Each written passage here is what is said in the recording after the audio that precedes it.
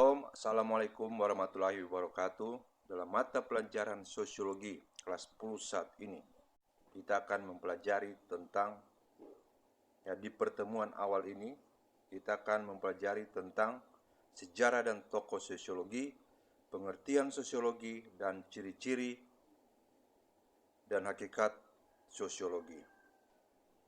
Nah, sebelumnya akan saya kemukakan kompetensi dasar yang akan kita capai di pertemuan pertama ini atau di semester ganjil ini. Ada dua kompetensi dasar yang harus kita capai.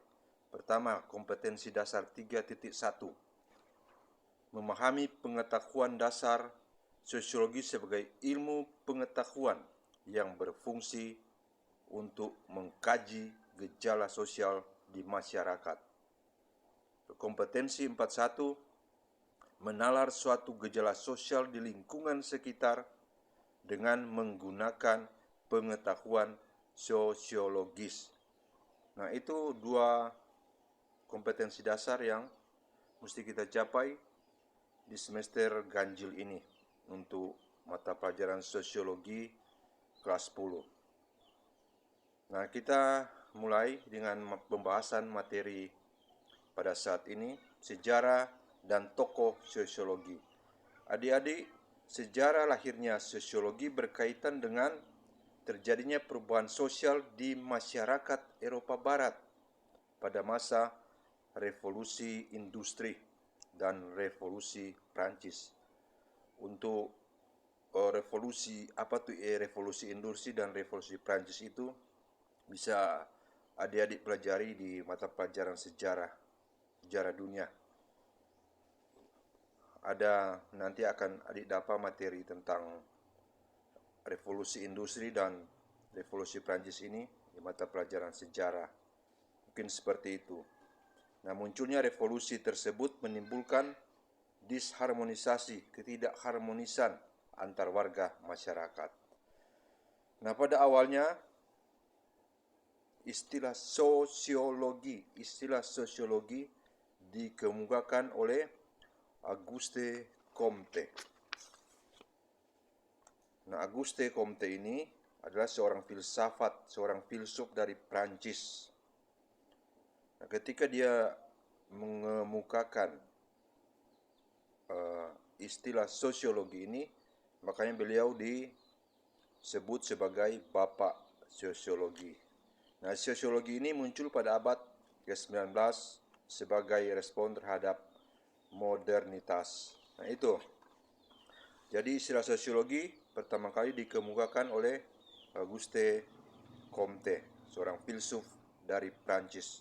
Kemudian dikembangkan lagi oleh tokoh-tokoh lain seperti Karl Marx, Herbert Spencer, Emil Durkheim, dan Max Weber. Masih banyak tokoh-tokoh lain lagi, tokoh-tokoh sosiologi lainnya, dan itu bisa adik-adik pelajari. Cari buku di perpustakaan, buku paket sosiologi, dan adik-adik baca, pelajari di situ. Berikut pengertian sosiologi. Pengertian sosiologi menurut beberapa ahli. Pertama, menurut Selo Sumarjan dan Sulaiman Sumardi, sosiologi adalah ilmu yang mempelajari struktur sosial dan proses-proses sosial, termasuk perubahan-perubahan sosial.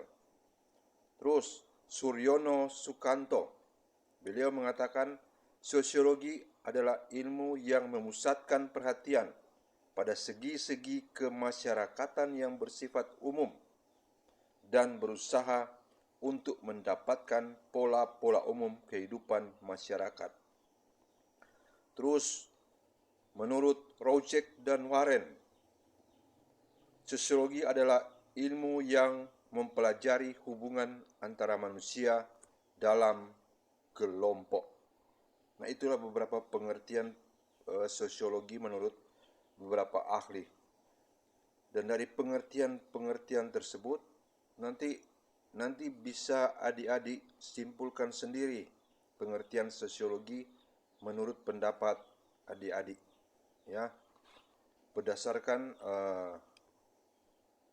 pengertian atau definisi-definisi sosiologi yang dikemukakan oleh beberapa ahli tadi. Masih banyak lagi ahli-ahli yang mendefinisikan sosiologi ini, pengertian sosiologi ini. Ya.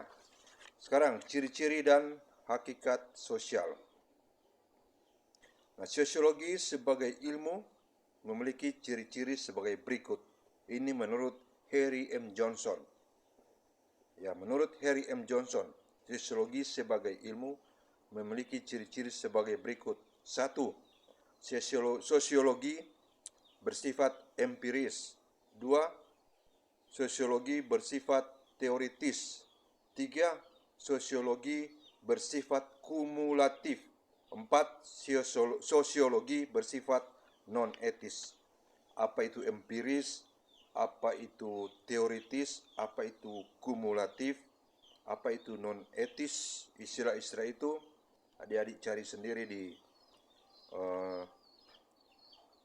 kamus atau buku-buku yang berkaitan dengan sosiologi. Nah, hakikat sosiologi. Sekarang hakikat sosiologi. Nah, menurut Selo Sumarjan. Nah, Selo Sumarjan ini adik-adik bisa saya katakan sebagai bapak sosiolog Indonesia. Ya. Boleh saya sebut Selo Sumarjan ini sebagai bapak sosiologi Indonesia. Karena dia yang banyak membahas tentang gejala-gejala sosial yang ada di Indonesia, bahkan di dunia. Salah satu sosiolog terkenal di Indonesia, Selo Sumarjan. Nah, menurut beliau, hakikat sosiologi adalah 1. Sosiologi merupakan ilmu sosial dan bukan ilmu pengetahuan alam. 2. Sosiologi merupakan disiplin ilmu kategoris, bukan disiplin ilmu normatif. 3. Sosiologi merupakan ilmu pengetahuan murni, pure science, bukan ilmu pengetahuan terapan, applied science. 4. Sosiologi merupakan ilmu pengetahuan yang abstrak dan bukan ilmu pengetahuan yang konkret. 5.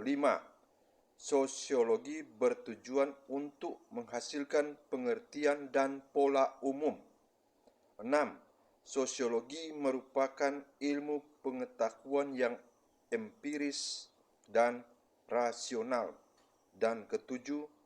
Sosiologi merupakan ilmu pengetahuan yang umum dan bukan ilmu pengetahuan yang khusus. Nah, adik-adik, berdasarkan uraian tadi, maka dapat disimpulkan bahwa sosiologi merupakan ilmu sosial yang bersifat kategoris, murni, empiris, rasional, dan bersifat umum. Sosiologi dapat mengkaji lebih mendalam tentang gejala-gejala sosial yang ada di masyarakat berdasarkan sifat-sifat tersebut. Nah, sampai di sini materi kita untuk pertemuan saat ini.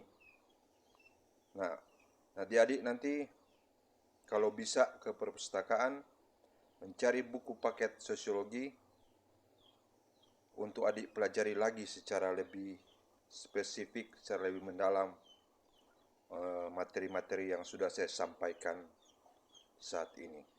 Terima kasih atas perhatian. Salam sehat.